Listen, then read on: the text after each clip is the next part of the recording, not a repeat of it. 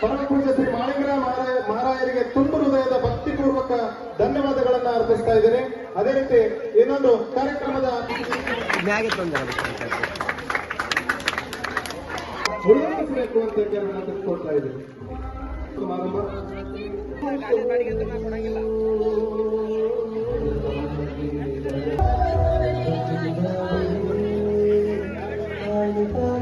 ಇಡೀ ದೇಶದೊಳಗೆ ಹಿಂದೊಂದು ಕಾಲ ಇತ್ತು, ನಮ್ಮ ದೇಶದೊಳಗೆ ಬಡತನ ಇತ್ತು. ಆವಾಗ ಏನಿತ್ತಪ್ಪ ಅಂತ ನಮ್ಮ ಮನೆಗಳು ಸಣ್ಣವಾಗಿತ್ತು, ಆದ್ರೆ ನಮ್ಮ ಮನಸ್ಸುಗಳು ದೊಡ್ಡವಾಗಿತ್ತು. ಆದ್ರೆ ಇವತ್ತು ಏನಾಗಿದೆ ಅಂದ್ರೆ ಸಿಟಿ ಒಳಗೆ ಸಾಕಷ್ಟು ದೊಡ್ಡ ದೊಡ್ಡ ಬಂಗಲೆಗಳಾಗಿವೆ, ಮನೆಗಳು ದೊಡ್ಡವಾಗಿವೆ, ಆದ್ರೆ ಮನಸ್ಸುಗಳು ಸಣ್ಣವಾಗಿವೆ. ಹಾಗಾಗಿ ನಾವ್ಯಾರು ಕೂಡ ಮನೆಗಳು ದೊಡ್ಡವರು ಆಗಬಾರ್ದು, ಮನಸ್ಸುಗಳಿಂದ ದೊಡ್ಡವರು ಆಗಬೇಕಂತ ವಿನಂತಿಯನ್ನು ಮಾಡ್ತಾ ನಾನು ಪರಮ ಪೂಜ್ಯರಿಗೆ ಅವಕಾಶವನ್ನು ಕೊಡ್ತಾ ಇದ್ದೇನೆ. ದಯವಿಟ್ಟು ಕ್ಷಮೆ ಇರಲಿ ಅಂತ ವಿನಂತಿ ತನ್ನ ಮಾತಾಡಲಿಕ್ಕೆ ಅವಕಾಶ ಕೊಟ್ಟಿರ್ತಕ್ಕಂಥ. ಯಾಕಂದ್ರೆ ಪರಮ ಪೂಜ್ಯರ ಹಂಗ ಸರಳವಾಗಿ ಸಿಗೋದಿಲ್ಲ.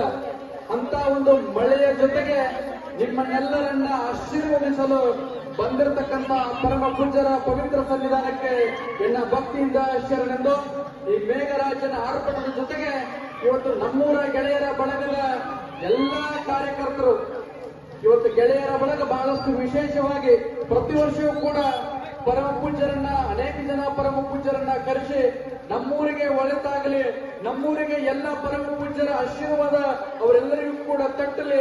ಅದರ ಜೊತೆಗೆ ಇಲ್ಲಿ ಬಂದಿರತಕ್ಕಂಥ ಅನೇಕ ಜನ ಮಕ್ಕಳು ಉತ್ತಮವಾಗಿರ್ತಕ್ಕಂಥ ಶಿಕ್ಷಣದಲ್ಲಿ ಅಂಕವನ್ನು ಪಡೆದ್ರೆ ಆ ಪರಮ ಪೂಜ್ಯರ ಆಶೀರ್ವಾದದ ಜೊತೆಗೆ ಉತ್ತಮವಾಗಿರತಕ್ಕಂಥ ಸಂಸ್ಕಾರವನ್ನ ಸಿಗಲಿ ಅನ್ನುವಂತ ಉದ್ದೇಶಕ್ಕಾಗಿ ಈ ಕಾರ್ಯಕ್ರಮವನ್ನ ವಿಶೇಷವಾಗಿ ಏರ್ಪಾಡು ಮಾಡಿದ್ದೇವೆ.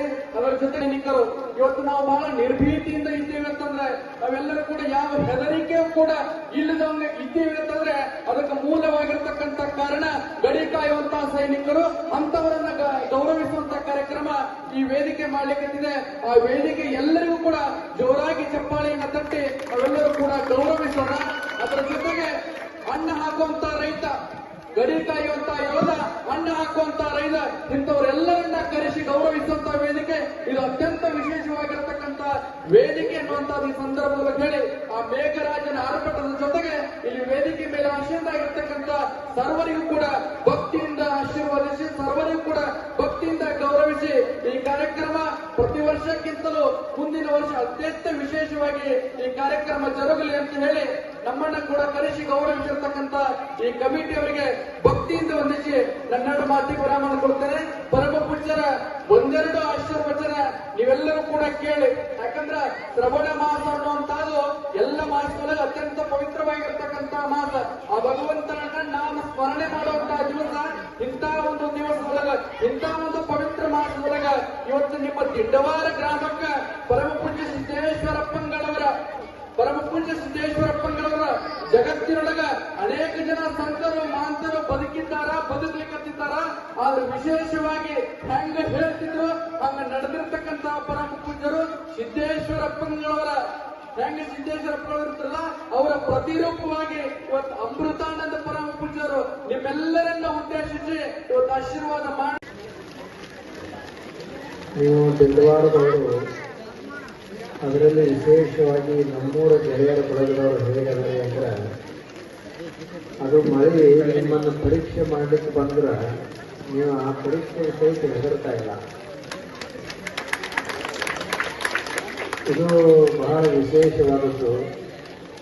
ಮೇಲೆ ಮಳೆ ಬೀಳ್ತಾದ, ಅದರ ಮೇಲೆ ವೇದಿಕೆ ಮೇಲೇನೂ ಎಲ್ಲರೂ ಕುಳಿತುಕೊಂಡಾರ, ಹಾಗೆ ಎಲ್ಲರೂ ತೋರಿಸ್ಕೊಳ್ತಾ ಇದ್ದಾರೆ. ಇದು ಬಹಳ ವಿಶೇಷವಾದದ್ದು. ಅದರಲ್ಲಿ ನಮ್ಮೂರ ನಕ್ಷತ್ರ ಅಂತ ಹೇಳಿ ಪ್ರತಿ ವರ್ಷ ನಿಮ್ಮ ಊರಿನಲ್ಲಿ ಯಾರು ವಿಶೇಷ ಸಾಧನೆಯನ್ನು ಮಾಡ್ತಾರ ಅವರಿಗೆ ಸನ್ಮಾನವನ್ನು ಮಾಡುವಂಥ ಕಾರ್ಯಕ್ರಮವನ್ನು ನೀವು ಮಾಡ್ತಾರೆ. ನಾನು ಇದನ್ನು ಕೇಳೇ ಬಂದೆ. ಪ್ರತಿಯೊಂದು ಊರಿನಲ್ಲಿ ಈ ಕಾರ್ಯ ನಡೆಯಬೇಕು. ಒಂದು ಊರಾದ ಅಂದ್ರೆ ಆ ಊರಿನಲ್ಲಿ ಎಷ್ಟೋ ಜನ ಸಾಧಕರಿರ್ತಾರೆ. ಆ ಸಾಧಕರನ್ನು ಗೌರವಿಸುವಂಥ ಕಾರ್ಯ ನಡೀಬೇಕು. ಆ ಮಹಾ ಕಾರ್ಯವನ್ನ ಈ ನಮ್ಮೂರು ಗೆಳೆಯರ ಬಳಗ ಪ್ರತಿ ವರ್ಷ ಮಾಡ್ತಾದ. ನನಗೆ ಕೇಳಿ ಬಹಳ ಸಂತೋಷ ಆಯಿತು. ನೋಡೋಣ ಅಂತ ಹೇಳಿ ದಿಂಡವಾರಕ್ಕೆ ಬಂದೆ. ಇವತ್ತು ನೀವೆಲ್ಲರೂ ಸತ್ಕಾರವನ್ನು ಮಾಡಿದ್ದೀರಿ. ಹೀಗೆ ಪ್ರತಿ ವರ್ಷ ಮಾಡ್ತಾ ಇರಿ. ನಮ್ಮ ಮಹೇಂದ್ರರಾಯ ಮಹಾರಾಜರು ಹೇಳಿದ ಹಾಗ ಊರಿನಲ್ಲಿ ಒಬ್ಬ ಒಳ್ಳೆಯ ಆದರ್ಶ ರೈತರಿಗೆ ಸನ್ಮಾನ ಮಾಡೋದು ಮತ್ತು ಎಷ್ಟು ಜನ ಸೈನಿಕರಿರ್ತಾರೆ ಸೈನಿಕರಿಗೆ ಸನ್ಮಾನ ಮಾಡೋದು, ಆ ಬಳಿಕ ಪ್ರತಿ ವರ್ಷ ವಿದ್ಯಾರ್ಥಿಗಳು ಯಾರು ಹೆಚ್ಚು ಅಂಕಗಳನ್ನು ತೆಗೆದುಕೊಳ್ತಾರೆ ಮತ್ತು ಯಾರು ಆದರ್ಶ ವಿದ್ಯಾರ್ಥಿಯಾಗಿರ್ತಾರೆ ಅವ್ರಿಗೂ ಸಹಿತ ಸನ್ಮಾನ ಮಾಡೋದು. ಹೀಗೆ ನೀವು ಮಾಡ್ತಾ ಇದ್ದೀರಲ್ಲ, ಇದು ಬಹಳ ದೊಡ್ಡ ಕಾರ್ಯ. ಮನುಷ್ಯನಿಗೆ ಯಾವಾಗ ಸಂತೋಷ ಆಗ್ತದಂದ್ರೆ ದೊಡ್ಡ ಪ್ರಶಸ್ತಿ ಭಾರತ ರತ್ನ ಇಂಥವ್ರು ಸಿಕ್ಕರೆ ಸಮಾಧಾನ ಸಂತೋಷ ಆಗೋದಿಲ್ಲ. ಆದ್ರೆ ಆತ ಸ್ವಂತ ಊರಿನಲ್ಲಿ ಹಿರಿಯರಿಂದ ಸನ್ಮಾನವನ್ನು ಸ್ವೀಕರಿಸಿದ ಅಂದ್ರೆ ಅದಕ್ಕಿಂತ ದೊಡ್ಡ ಸನ್ಮಾನನೇ ಯಾವುದೂ ಇರುವುದಿಲ್ಲ.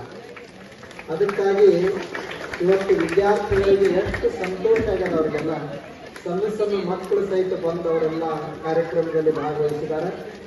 ಇದನ್ನು ಆಯೋಜಿಸಿರುವಂಥ ನಮ್ಮೂರು ಬಳಗದ ವಿದ್ಯಾರ್ಥಿಗಳು ಯುವಕರಿಗೆ ನಾನು ಈ ದೇವರ ಗ್ರಾಮ ದೇವರಾಗಿರುವಂಥ ಪರಮಾನಂದರಿಗೆ ಕೇಳಿಕೊಳ್ಳುವುದೇನು ಅಂದ್ರೆ ಅವ್ರಿಗೆ ಇನ್ನೊಂದಿಷ್ಟು ಹೆಚ್ಚು ಶಕ್ತಿಯನ್ನು ಕೊಡುವಂಥ ಆಶೀರ್ವಾದವನ್ನು ಮಾಡಲಿ.